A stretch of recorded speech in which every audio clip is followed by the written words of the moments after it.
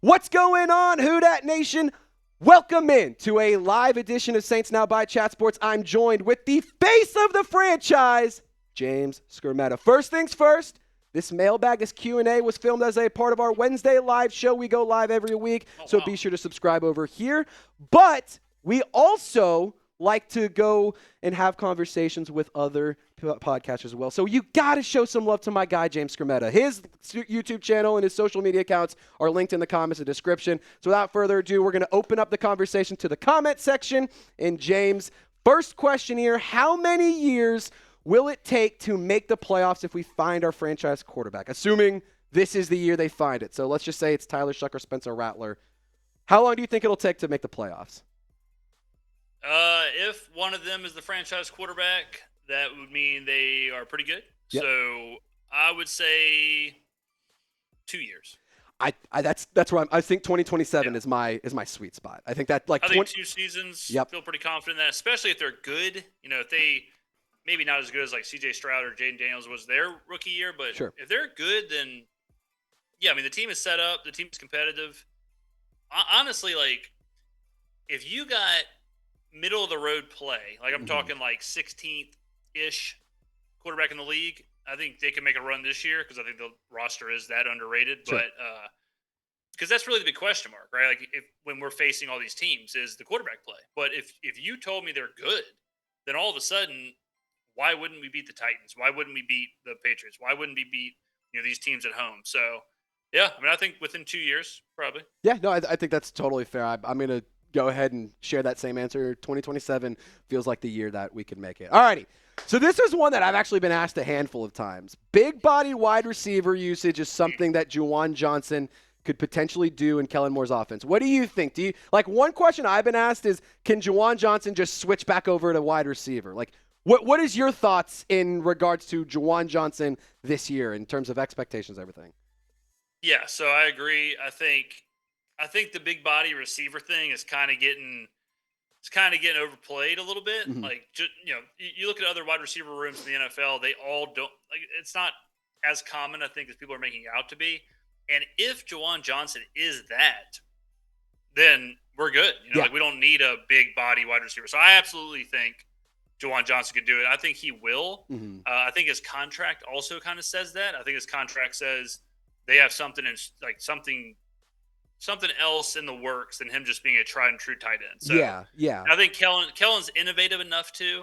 Like he's innovative to get Jawan out there in different spots and different matchups. I remember in the NBA a few years ago, positions kind of went through this big change where point guard didn't mean the same thing, shooting guard didn't mean the same thing, and I think the NFL is kind of seeing that. Where like Brock Bowers is a tight end, but he's a wide receiver. Yeah, right. Like just because he has TE next to his name doesn't mean he has to play a certain way. So yeah, Taysom Hill has a TE next to his name. Taysom Hill's a great example too. Yeah, exactly. So I think Jawan will be our big body receiver. I mean, I tell you what, I haven't seen the term big body this much since I looked at my own Google history, but I mean, it's everywhere, nonstop. It's big body this, big body that. I mean, damn. What? I know. Hey, Saints fans, they love somebody who's a little thick, I guess you could say. Just kind of piggybacking off of that, like you said, the 2 tight ends thing. Like there's probably something there for Juwan Johnson. I remember Kellen Moore when he had a quote that said, "If you have 2 premier tight ends, you're gonna play in 12 personnel." So like he understands. Like if it's Juwan Johnson and insert tight end here, Foster Moreau, Dallin Holker, whoever it is. Mm-hmm. If it's that guy, like they're going to find a way to get the best 11 football players on the field at any given time. Like that's just what they're gonna do. And so, I don't know if they'll truly switch Juwan Johnson to a wide receiver, but in terms of usage, like you nailed it on the head. Brock Bowers is not a tight end just because that's what the position says. He's a receiver. But you just kind of said it. Like the whole idea of like, is he going to truly switch to tight ends? What does that even mean? Like in fantasy football, like change the position? Yeah. Like, if he's actually away from the line of scrimmage, I consider him a wide receiver. Mm-hmm. So even if he doesn't formally switch his position, I think he'll be utilized more as what we would call a wide receiver than just a tried and true tight end. Yeah. I could not agree more with you, man. U.S. champ, just wanted to show a little bit of love. 2 legends on 1 live. Y'all are the best at what you do. James, Unbelievable. Do you want to really quickly tell them where they can find you for a little bit more? I wanted to, before we get further along, want to quickly plug your channels, plug your socials and stuff. If you would like, feel free to, my man. Yeah, man, get in there. YouTube's where you can find almost all my I guess all my content. But if you just the links in the description. We do at least 2 videos a day, usually noon-ish and 6 p.m.-ish. Social medias should all be down in the description too. But yeah, Twitter, Instagram, constantly tweeting during games and all that. Instagram trying to get more the photos gone, but that's the easiest way to find it. And then Spotify, we'll have a podcast component coming soon. The podcasts are up, but we'll be uploading much more to those platforms in the future. Nice, dude. Well, James, you're I'm a big fan of your content. I'm going to be tuning in over there and all that. Like James said, all of the links to his accounts on social media and YouTube will be in the comments and description. So go show some love to him. No love, Matt. Speaking of love, no love, Matt. Y'all do an amazing job. Yeah, exactly. My question is, how much will rookies on the roster play week 1, do you think? Also, F the Falcons. I'll let you start with this one. I think a lot. I mean, I think if you look at who we drafted rookies who have experience, rookies who have a ton of snaps. Mm-hmm. I mean, I think Kelvin Banks, I think, had like 2,500 pass protection snaps alone. So these are guys that are not developmental. They came from big schools. I would say out of the rookie class, I think you can say 5 will get pretty immediate playing time. Yep. Now, how good will they be? All that stuff, I don't know, but I think they'll all have a shot. And I think Devin Neil will be your backup running back. So I think even like Neil's not going to be a tried and true starter, but he's going to get plenty of work. So yeah, I think this rookie class will be impactful right off the jump, and we're not going to see like, oh, this guy's a special teamer, this guy's he's playing a handful of snaps a game. Like you're going to see, oh, Stutzman's our best linebacker. Oh, Quincy Riley is locking people down. Sankers all over the place. Like I said, Devin Neil is your backup running back. And then, Tyler Shough could be the starting quarterback. So I think, and Kelvin Banks obviously is our cornerstone left tackle. So this is a huge draft class for us. And all this 2 years playoffs, 3 years this, 4 years that, almost all that hinges on this draft class. Sure. And the draft class is coming up. So I think a lot of them will play serious snaps early this year. Well, and I totally agree with you on that for a bunch of reasons, but probably the biggest one is you drafted a lot of players that filled needs. You were bad against the run. You drafted guys who were good at stopping the run, whether it's Vernon Broughton or Jonas Sanker or whoever it is, like Danny Stutzman. These are all guys who can stop the run. You needed somebody to shore up the left tackle position. You got somebody at the left tackle position. Like you added players who, like you said, have a ton of experience that are not developmental players. They come from big schools and they're ready to play. So I think that you will see a lot of rookies get a lot of run, especially throughout this season, and just understanding like that's the best way to get experience and is real life reps, not reps at practice. That's the best way to learn is getting on the field and making some mistakes and making some big plays, as crazy as that sounds, Yeah. All right. I think even like Stutzman. Stutzman's the guy who we talked about. Like, are you rooting for Rattler? Are you rooting for Shough? Like, I love Stutzman. Me too. Stutzman's awesome. Me too, dude. I think he is so awesome. And you talk about underrated. Like, if you look at RAS score, he had the same RAS score as like Jod Campbell. I mean, he is an athletic freak. Is a proven player at Oklahoma. He is an animal. So I think Stutzman's one of those guys who, off the bat, we're all like, whoa, who is this guy?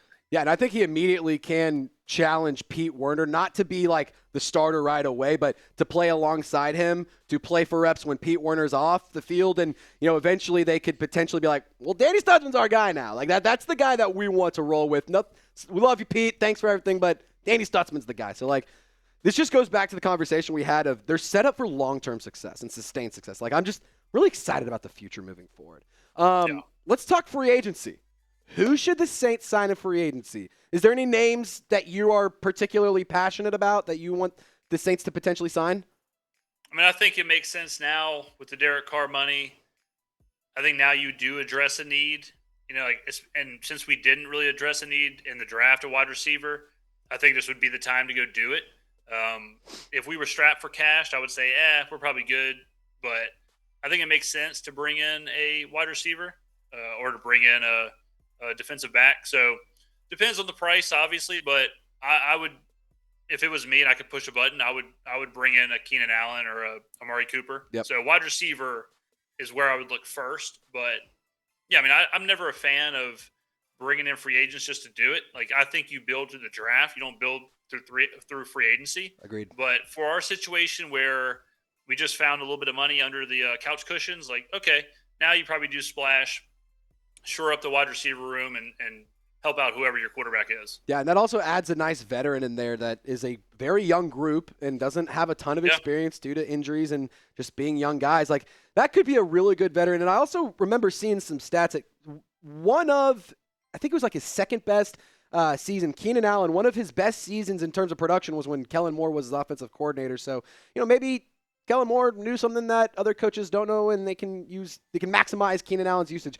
One guy I'm a big fan of, it's a popular name, Asante Samuel Jr. I think that would be a fun addition to the cornerback room, but I agree with you. I think wide receiver is probably the position that I would want to go spend money on rather than corner, because I think that you do have a nice core of Kool-Aid McKinstry, Alontae Taylor, Quincey Riley. I don't think Isaac Yiadom is a total scrub. Rico Payton is certainly intriguing. Like, he is a player that's been really exciting early in his career as an undrafted free agent. So I think that there is some potential guys that you could go and get. Chat, what do you think? What do you guys think? Yeah, my issue with defensive back is, like, it's such a volatile position. Mm-hmm. I don't know if you get the value out of it. Like, defensive back's a weird position where you can have a guy who's the best defensive back in the NFL, and then the next year he's horrible. Yeah. Or even the next play he's horrible. Yeah. It's very difficult to get consistency at that position, which is why I think, hey, you drafted Riley, let him play. Yeah.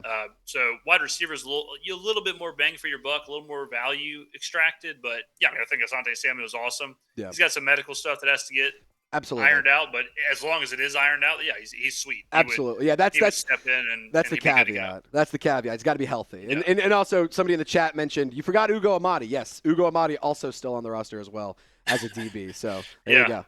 We did forget Ugo Amadi. Yeah, all righty. Darius G, who will get more yards, Rashid Shaheed or Jawan Johnson?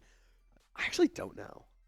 I'm going to say Jawan, just because of the style of the offense. I agree with you. Anytime you have young quarterbacks, too, it also always helps to have that kind of security blanket. If we believe that Rasheed is going to keep just bombing downfield and have these, like, super deep routes, that decreases his volume.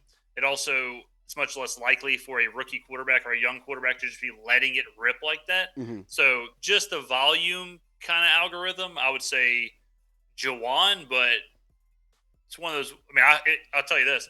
If Jawan does have more yards, then he absolutely is the wide receiver that we think he's going to be. So either way, like, as long as they're both productive, we're good to go. But Rasheed's too much of, like, a boom or bust player, I think.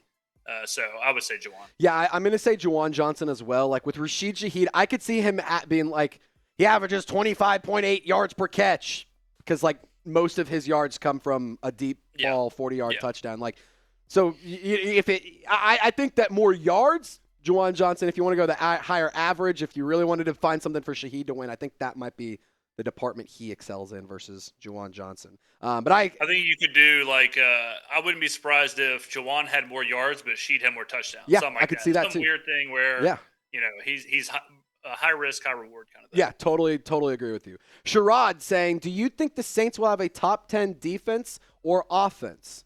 Do you think either one of those units will be a top 10 squad? No. I don't either. No. I think, like, 15 range is really where you're shooting. Just get back in the top half of the league. That's really what you should be shooting for. I mean, of course, it would be nice to have a top 10 team, but I mean, like, it also depends on what metric you're talking about. Like, let me just pull up DVOA real quick, just kind of give you an idea, Sherrod, of what teams we're talking about there. So, like, offensively, if you're a top 10 offense, the top 10 offenses are Baltimore, Buffalo, Detroit, Green Bay, Cincy, Washington, Tampa, KC, San Francisco, and the Rams. So we'd be in that conversation of, like, the Rams, the Cardinals, Chargers, Philadelphia. That's where we'd have to be as far as, like, production last year. So I don't think we get there, but, also it's like do you need to be? Does it matter? Like a stat. The stat I would say to track this year is YPP. So Yep. you want to see our yards per play dramatically increase and be higher than average. As long Yep. as our YPP is higher than average, then we're on the right track. Yep. So I wouldn't get too bogged down like the top 10 stuff. I'd look a little bit more into the underlying metrics. Yeah, I totally agree with you. And for what it's worth, Saints offense last year ranked 21st in yards per game and 24th in points per game. So it's like, I feel like that's pretty. I mean, I'd say even that's a little bit inaccurate. Of like, they actually really weren't that. Like, this is skewed because of those first 2 weeks were really, really good, or because that week game or that week 15 game against the Browns was really, really good. Like, there's a couple really big outlier games that don't really tell the whole story of either good, bad, or ugly. Like, I think that you hit the nail on the head. Like, focus on yards per play because that's really where you're going to get to see something interesting. They ranked 17th last year. It's also funny, like now that I'm looking at DVOA, like this goes to show you how powerful narratives are and stuff. Yep. But so, chat, feel free to answer while I'm asking these questions. And, feel free to guess. But where do you think the Saints ranked? Well, I guess you just kind of said it, but the Saints were 23rd, okay, on DVOA last year. Here are some teams that were worse offensively. Now, this isn't yards per game. This isn't point. This is like legit weighted metrics. Here are the teams that were worse than the Saints last year. And think about how putrid the Saints were last year. Below the Saints, Carolina, with everybody's favorite Bryce Young. The Cowboys, the Texans, the Bears. The Bears were 27th. And now all of a sudden, the Bears are everybody's favorite team. The Raiders were 29th, the Patriots were 30th, the Titans were 31st, and Cleveland. So even as bad as the Saints were, it's crazy how quickly people forget just how bad like Houston's offense was and Chicago's and teams like that. Because now all you hear on ESPN or wherever else is how great all these teams are. Yeah. But that's because they're looking at the wrong stats. Yeah. No, I again hit the nail on the head there, my friend. Brandon Bell, what's going on, brother? Do you guys think that Rattler or Shough could take the Saints to a Jayden Daniels type of season? I just don't think it's a fair expectation. Like, Jayden Daniels was a top 3 pick. He has all of the skills in the whole wide world. And one of the things that I think was an advantage for him is there wasn't a lot of NFL tape on him. So, like, I could see Jayden Daniels taking a little bit of a step back in year 2. I'm not going to say total, like, it's going to be an absolute bomb, but, like, I'm not going to sit here and try to ask for Rattler or Shough to have a Jayden Daniels type season. I think it's just unfair. Yeah, I mean, I think, again, it's like, what's your metric? Is your metric the NFC title game? Is your metric the stats? Is it because obviously they're not going to run like Daniels did? Mm-hmm. Daniels did. What I will say is similar is that Daniels fell into a spot with a really, really good offensive-minded coach who understood the new NFL. So, like Washington last year, if you remember, was really, really good on fourth down. They would go for it on fourth down every chance they could. And they'd have these like crazy, like 15, 16, 17 play drives. But they were only able to do that because they believed in the analytics and they believed and they understood the game theory. If Mike McCarthy was coaching the Commanders last year, they're punting on all those fourth downs. Yep. If Aaron Glenn was coaching the Commanders last year, they're punting on all those fourth downs. So Kellen Moore kind of does give, whether it's Shough or Rattler, does give them that where they are in a good system. They are in a good spot to succeed. I think it's Daniels. Like, I agree with Trey. Daniels is nuts to be like, oh yeah, he'll just be the next Jayden Daniels, the next CJ Stroud. Their rookie years were crazy, but as a whole, I think the Saints offense could surprise teams because of how good Kellen Moore is and also how good our offensive line could be and things like that. So the independent comparison, like the individual, probably not, but overall surprise, I think the Saints could surprise a lot of people. Yeah, and I think that's really like you keep saying, that's the metric you're looking for. That's what you're trying to – it's not are we winning the NFC Championship? It's not did we get 13 wins? It's not did he throw for 4,000 yards and rush for – like that's not what we're looking for. You got to, open it up a little bit more and all that. You got to look at it a little bit behind the curtains, if you will. Coop Visuals, who's your RB2 this year? James, I actually agree with you. I think Devin Neil will be the RB2. Kendre Miller will take the back seat, but I don't think this is doom and gloom for Kendre. Like, I mean, and I say this, Alvin Kamara is not getting any younger, but he's only getting better. At some point in the next 30 years, he'll retire. So you'll need a backup running back after he's gone. And I think that's really where things can kind of progress with the offense is Devin Neil eventually takes over as your bell cow back or your go-to guy, whereas Kendre Miller comes in and is really good situationally. Like, what are your thoughts in terms of running back 2 and the future of the running back position? Yeah, I've been kind of down on Kendra. I was pretty down on him last year. I thought a lot of. I mean, I think his highest. Someone can check me in chat, but I'm pretty sure his highest rushing yards a game was like 40 something. You know, like he was good in spurts, sure, but his big problem last year, from what we heard, was that he had a hard time picking up the playbook and just kind of understanding assignments. So it's hard for me to believe that he's going to just fix all that, and that's all going to be fine while he's learning a completely new offense. So I think Devin Neil getting a fresh start helps him out. Like the fact that everyone's learning the same thing at the same time. Neil can just come in. I think he's obviously the younger back. Yeah, I think Neil will be your backup running back. And then that's like we were talking about earlier. Devin Neil is like the leading rushing yards guy from Kansas. You know, this is a guy who has done it. This isn't a guy who we're sitting here saying, oh, well, you know, if you give him 10 carries, he can do this. He's so dynamic. He can do. No, this is a guy who you can look at the last 4 seasons and like, nope, look what he can do. That's what he was drafted to do. And I think he's going to. I don't think it's going to be a competition. I think he will obviously be the 2 really quickly. Yeah, I mean, he's a proven 1,000-yard running back from Kansas, 3 straight seasons of that kind of production, has found the end zone a lot. He's a very, very good runner of the football. Like, I think Devin Neil is the future of the running back position. I think that's something we should all get excited about because he's a special player. I think he really is a special player. Nico Canada, one of our long-term subscribers and long-term supporters, just saying what up. Nico, I hope you, your baby girl, your wife, everyone's doing well, my friend. Thank you for your donation. Stutz for Prez. Shout out Danny Stutzman, I guess, here. Face of the franchise and the Trizzler. How do you feel about Kellen Moore hire now? So we talked about this in the earlier video that we put out. What do you think? Just kind of recap what your thoughts are on Kellen Moore, Doug Nussmeier, and Brandon Staley being the core of the coaching staff moving forward. I love it. I love Kellen Moore like a brother. I think like this was another thing where before Kellen Moore was hired, I kept hearing like Saints fans saying what they want in a coach. It's exactly Kellen Moore. Yep. Outside voice, young, experienced, innovative, successful, like all that. He is the perfect. If you were building a coach in a lab, it would be Kellen Moore. Yep. And you know, I think it's just a perfect setting, perfect situation for him. I'm so happy that Mickey passed up on some of the absolute scrubs that we were interviewing before Kellen.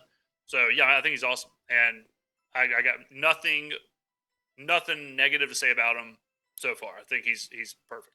Yeah, dude, I think that not only Kellen Moore is going to be young and exciting, he's going to be more modern. Same with Brandon Staley. Like, we're just getting a fresh, new look of Saints football, which we haven't seen in a long time. Like, that's really the exciting part for me is just it's all new. It's all fresh, and, you know, it's all fun. I mean, you hit the nail on the head. Like, I don't think people realize just how new it really is. I mean, this is the first time since before Sean Payton. Like, that is – talking like 2004, where there is not something the same in the room. You know, whether it was Dennis Allen or whether it was Pete Carmichael or whatever, even after Peyton and Breeze left, like this is brand new everywhere. Brand new defense, brand new offense. Like this is as different gets. And that's why it blows my mind sometimes when people are like, why would I believe in the Saints? Look at the last couple of years. It's like, what, were you born yesterday? Like, what are you living under a rock? Like, this is a completely different staff, completely different system, completely different everything. Like this is, you might as well change the colors of the team. You might as well change the logo. Like this is a brand new, this is a on the field rebrand is what this is. And I mean, it's rare. It's super, super rare for fans to kind of go through this. Whether it'll work the same way as it did with Peyton and Breeze will yet to be, seen, but it hasn't been that long. Like you think about when Dennis Allen was named the head coach and how bad all that stuff was. Like to go from Dennis Allen and Pete Carmichael to then Dennis Allen and Klint Kubiak to then Allen's fired. Pete Carmichael was already fired, and now it's this brand new. it's crazy how much everything has shifted in just a couple of years. Yeah, no, I think it is interesting how much a coaching staff can make an impact. Just changing that part of it can be so big. And let's just acknowledge it for what it's worth. It's not guaranteed that this is going to be 1,000,000 times better than it was last year. Like, there's no promises that Kellen Moore is going to be the next guy to win a Super Bowl for New Orleans. But it's not ridiculous as a fan to be excited about that. It's not horrible to be like, man, it's just something different, and I can get on board with that. Like, there's nothing wrong with something being excited about something new. Well, I also think like a lot of people get bogged down in the results. I always use the comparison or the metaphor. If you like play blackjack, you can have the worst blackjack player of all time, and they could win thousands of dollars. You could have a guy sit down and make all the right decisions and lose in the first 20 minutes. But I'm always going to rather have the guy who makes the right decisions. Even if the results aren't there, I can guarantee you the decisions being made on the field will be better than with Dennis Allen, Pete Carmichael, Darren Rizzi, whoever. So even from just that, like, we know they will understand the game flow. They will understand the adjustments. They will understand timeouts. And I mean, that is so – in today's NFL, that's half the battle. I really believe that. Like, it's such a chess match that when you have coaches like the Raiders had Antonio Pierce, when you are making decisions like he was making on fourth down, field goals, 2-point conversions, and you're dropping your win percentage like 8%, 10%, 6%, everything's so to the letter now. Like, you can't do that and win. You have to get those things right, or you don't have a chance to win a Super Bowl or playoffs or whatever. So I'm fully confident that we're going to get those decisions right. And I'll take that as a starter. Yeah, I totally agree. And guys, really quick, going to do just a couple of more questions, and then James, I don't want to take up the rest of your evening or anything. I want to let you enjoy some time because I know you got a bunch of stuff over on your side of things to take care of. I mean, is it fair to say we're all excited about Saints football? I'm pumped. I'm excited. So I'm liking the video. I bet James is liking the video. Are you going to like the video at home? Oh, yeah. Hit the thumbs up I icon. always like the video. I always comment. I always get involved. I'm always got to get involved. I'm always seeing James in there, like in the comments, and always popping in. I'm always trying to do the same and show him some love back and return the favor. So, just guys, we're all in this together here. We're all pumped up. Can we get 1,000 people to like this video and say we're excited for Saints football? 1,000 likes, ladies and gentlemen. 1,000 likes would be huge. All right. James, we're going to go ahead and finish up here with just a few more questions on the live side of things. But on the side of the video stuff, we're just going to finish up wrapping here with just a couple of more. What's your thoughts on the cornerback room, and do you think we sign Asante Samuel? I don't think that the cornerback room is actually as bad as people are saying. The medicals are the thing for me with Asante Samuel. James, what do you think? Yeah, I mean, I agree. Like I said earlier, I'm kind of down on just the idea of like spending money on the defensive back, on the cornerback position. I think it's super volatile. But I don't think we sign him. I wouldn't necessarily sign him. I'm cool with let me expand on that a little bit. So if you think about the NFL 10 years ago, right? Like, who are some of the best cornerbacks in the NFL, right? Like Darrelle Revis, like you could even think about Marshawn Lattimore. What are they doing? Like, they are following around the number one wide receiver. They are on them. They are, playing man, basically. They're on an island, right? Like Revis Island. That doesn't really happen anymore. Like, now it's all this zone. It's all this like soft shell. So your cornerbacks are being asked to do way less. So the value you're getting is not there if they're asked to play in this kind of soft zone or the game has shifted a little bit, right? So it's not like the position is just different. A lot of them get rotated out. A lot of them don't play every snap. I mean, we've seen the last couple of years, it's like, why isn't Marshawn Lattimore on blank wide receiver? Why isn't, whoever your favorite cornerback is on whatever wide receiver? It's just not the same game. Defense is it's evolving a little bit. That's why I think the value is dropped. Now, that's not to say Asante's not good. Sure. But I think if you're going to spend the money, you just probably do it somewhere else. I totally agree with you. Mr. Filmer, and then we're going to get to one more question. Are there noticeable differences in pre-snap motion, formations, or tempo under Doug Nussmeier compared to Klint Kubiak's previous system? First of all, yes is the answer. Secondly, it'll be Kellen Moore's offense because he'll be the play caller. Obviously, Nussmeier is the offensive coordinator, but this will be the offense ran by Kellen Moore. James, you know ball like nobody's business. I want you to give me your full answer here. I know I just stole it, but you're a ball knower. I was going to say the same thing. Okay. I was going to say, spoiler alert. Like, my bad, man. Doug Nussmeier's not going to call a single play. Yep. Like, Kellen Moore will call all the plays. There will be the tempo, I think, will be faster.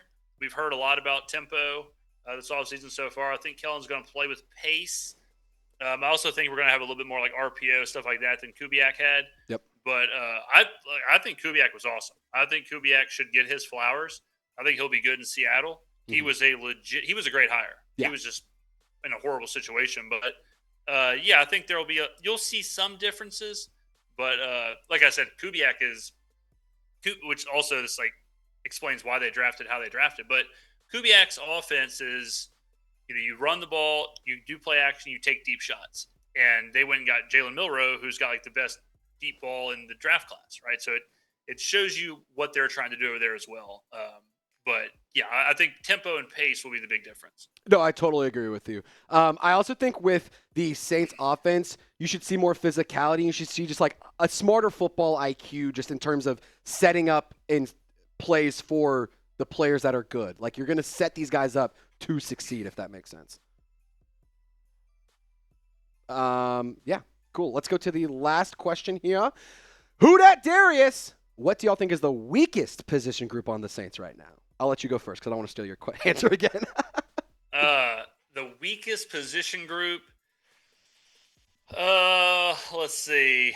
Gotta be probably still interior defensive line. I think there's still too much unknown with like our run stopping.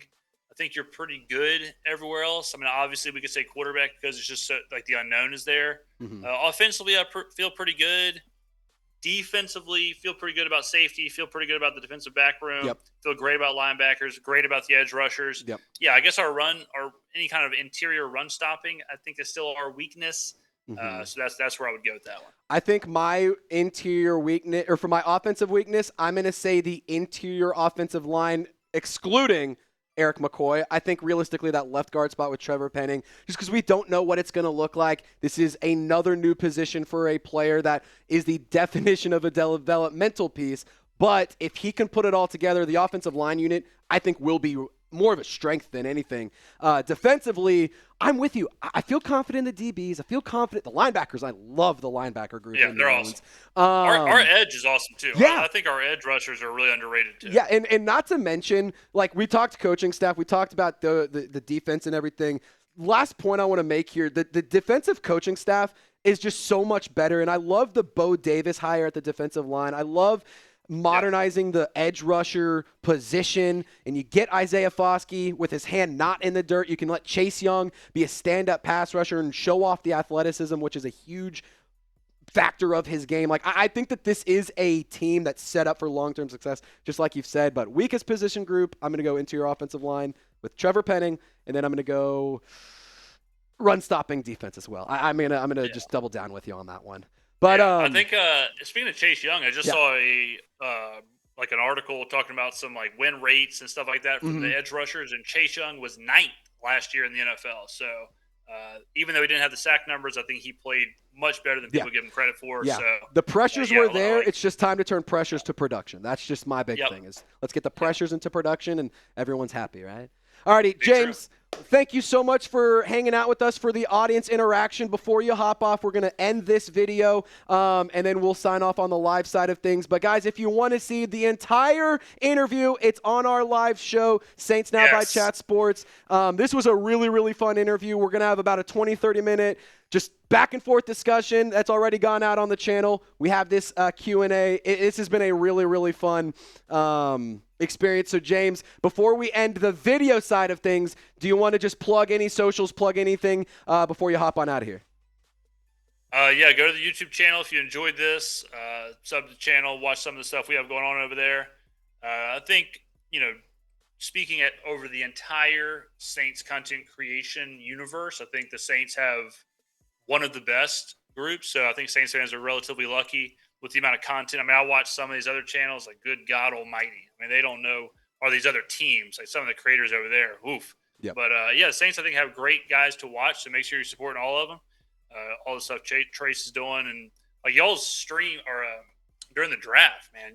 How many hours did you log during the draft? Like 20? Was it 20 live hours? It was about 20, a little over. It was nuts. We went live all 3 days. That's absolutely insane. It really was wild, and like we'll go live during the football games. We'll go live for a pregame and a postgame show and stuff. Like we do a lot of really unique content. I think you said it best. Like Saints fans are spoiled rotten because there's so many great content creators like that all have different opinions, that all have different styles. And if you want more of this, you go see this guy. If you want more of this, you see this guy. If you want more of this, you go see that guy. So I think that this is a really, really fun community to be a part of. I'm honored to be a part of it. And James, I'm honored to have extended my Saints Now family into the Skrmetta-verse because, hey, it's been a long time coming since we that was awesome. need to get in here, man. I really, really appreciate it. But we're going to end things on the video side. So Who Dat Nation, y'all stay golden. We'll see you next time.